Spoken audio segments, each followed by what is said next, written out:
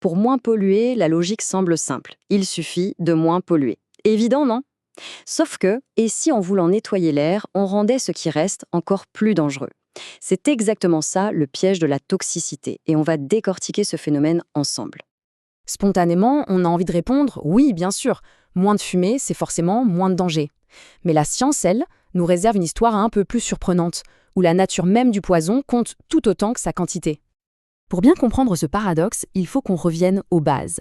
Plongeons ensemble dans ce qui fait qu'une substance est toxique ou non.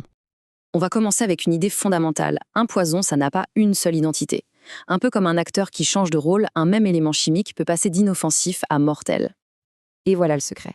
Tout est une question d'arrangement des atomes. Ce n'est pas tant l'élément en lui-même qui compte, mais la façon dont il est habillé chimiquement.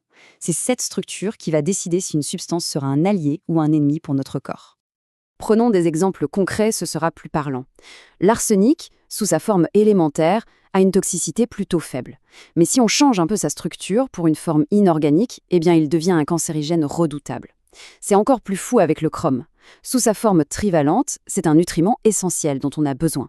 Mais sous sa forme hexavalente, c'est un poison très violent. C'est le même métal, mais avec deux visages radicalement opposés. Ce phénomène porte un nom scientifique, la spéciation. Pour se faire une image, c'est un peu comme le carbone. Avec une certaine organisation de ses atomes, on obtient la mine de crayon, toute tendre. Avec une autre organisation, on a le diamant, le matériau le plus dur au monde. Même ingrédient de base, mais des propriétés qui n'ont absolument rien à voir. Ok, maintenant qu'on a la théorie, passons à la pratique. Voyons comment ce principe s'applique à un problème très concret, la pollution liée au chauffage domestique. Dans de nombreuses régions du monde, on se chauffe et on cuisine en brûlant de la biomasse brute, comme du bois ou de la paille. C'est une source d'énergie facile d'accès, mais le gros problème, c'est que ça dégage énormément de fumée et de particules fines très nocives. La question logique qui se pose, c'est ne pourrait-on pas améliorer ce combustible pour le rendre plus propre, plus efficace? Et c'est là qu'interviennent les granulés de biomasse, ou pellets. On prend des résidus de bois ou de paille, on les compresse très fort et ça donne ces petits cylindres. L'idée est simple, un combustible dense et uniforme devrait avoir une combustion plus complète et donc logiquement générer moins de pollution. C'est la promesse d'un feu plus propre. Justement, une étude publiée en 2024 a voulu vérifier cette promesse. Des chercheurs ont comparé très précisément les émissions de la biomasse brute avec celles des granulés. Et les résultats ont été assez inattendus. À première vue, les résultats semblent être une victoire écrasante. On constate une réduction de plus de 90%. De la masse des particules fines, les fameuses PM2,5, quand on passe aux granulés. C'est un chiffre spectaculaire. En clair, il y a beaucoup moins de choses qui flottent dans l'air.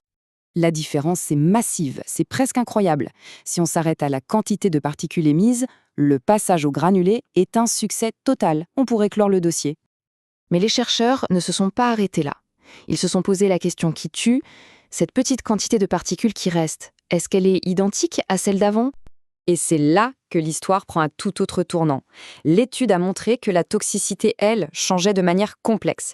Pour un indicateur clé, les dommages causés à la barrière protectrice de nos poumons, les particules issues de tous les types de granulés testés étaient en fait pires, plus agressives. Et voici le point culminant de l'histoire. Malgré cette énorme réduction de la quantité de pollution, un indicateur clé de la nocivité, les dommages aux poumons, a en fait augmenté avec les granulés. On a donc moins de particules, mais chacune est individuellement plus dangereuse. Mais alors, comment c'est possible? Ça nous ramène directement à notre idée de départ. La pollution, ce n'est pas juste une question de quantité.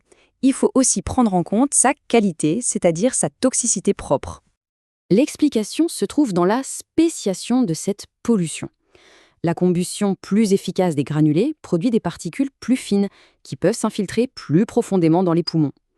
Et surtout, leur composition chimique est différente. Elles contiennent plus de carbone élémentaire et de métaux lourds, ce qui change complètement leur profil de toxicité. C'est pour ça que l'étude propose une méthode plus complète. D'abord, bien sûr, on mesure la masse des polluants. Ensuite, on ajuste ce chiffre en fonction de leur dangerosité. Et seulement à la fin, on obtient un score ajusté à la toxicité, qui donne une image beaucoup plus fidèle de l'impact réel sur la santé. Tout ça nous amène à une conclusion importante qui va bien au-delà de la simple combustion de bois.